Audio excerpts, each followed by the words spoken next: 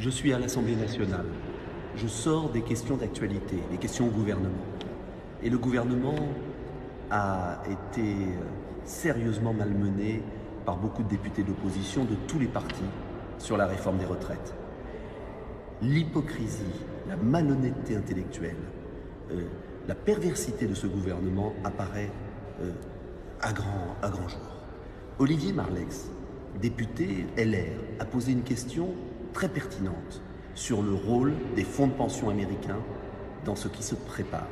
Vous savez que cela fait des semaines que j'explique que la réforme des retraites menée par le gouvernement va détruire la répartition, c'est-à-dire le fait que ce sont les cotisants, ceux qui travaillent aujourd'hui, qui payent pour les retraités d'aujourd'hui, pour introduire le virus de la capitalisation, c'est-à-dire d'un marché des retraites offert aux compagnies d'assurance, au marché financier. C'est le passage d'un système juste, issu du Conseil national de la résistance, à un système privé où les plus riches se paieront leur retraite sur mesure, alors que les plus pauvres n'auront plus beaucoup d'argent pour payer leur retraite. Eh bien, Olivier Marleix, qui n'est pas de mon parti, a posé une question à M. Delevoye et au Premier ministre, et il leur a dit: dans la loi Pacte, c'est un peu compliqué, mais je vous demande d'écouter. Dans la loi Pacte, une loi de M. Le Maire, il y a quelques semaines, vous avez permis aux fonds de pension américains, et notamment BlackRock. BlackRock, c'est le plus gros fonds de pension américain. Et le président de BlackRock, M. Larry Fink, a beaucoup soutenu M. Macron pour être président de la République. Et M. Larry Fink, il a ses entrées à l'Élysée. Et vous pouvez lire un article de Mediapart très intéressant.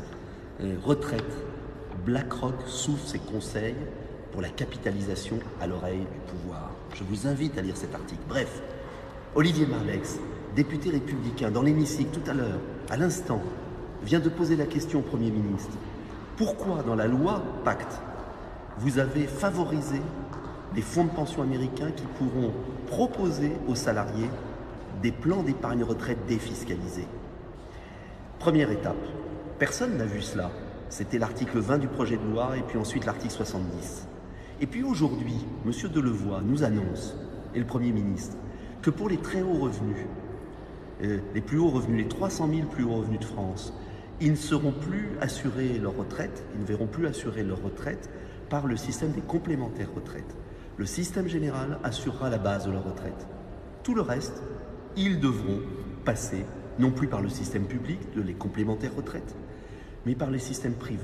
Et comme par hasard, il y a eu la loi Pacte 2 mois avant qui a permis aux fonds de pension américains de proposer leurs services bancaires et leurs services de retraite. Cela veut dire quoi? Cela veut dire que la sécurité sociale, le système des retraites, va perdre 3 milliards de cotisations des plus hauts revenus de France. Que ces 3 milliards de cotisations vont être disponibles pour s'investir dans des programmes retraite privés. Je vous ai parlé de cela.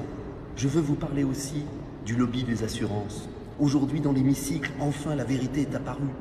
Le ministre, M. Delevoye, a eu des fonctions importantes dans le milieu des assurances.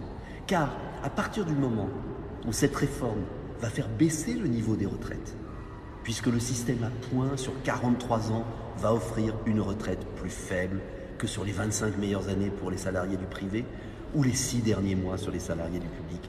À partir du moment où les Français, aujourd'hui, vont savoir qu'avec le système à points, leur retraite va être réduite, obligatoirement, ils vont se tourner vers des assurances parce qu'ils vont s'inquiéter.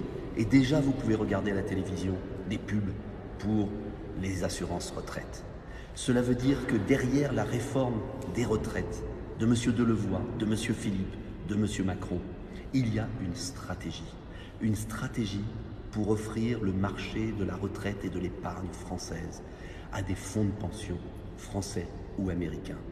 C'est le passage d'un système égal où l'on cotise selon son niveau de salaire et où l'on perçoit selon ses meilleures années de salaire à un système inégal où seuls les plus riches, ceux qui ont les revenus les plus importants, pourront préparer leur retraite. Emmanuel Macron, aujourd'hui, sème la politique du pire car il veut récompenser les marchés financiers, les banques, les assurances qui lui ont permis d'être élu président de la République.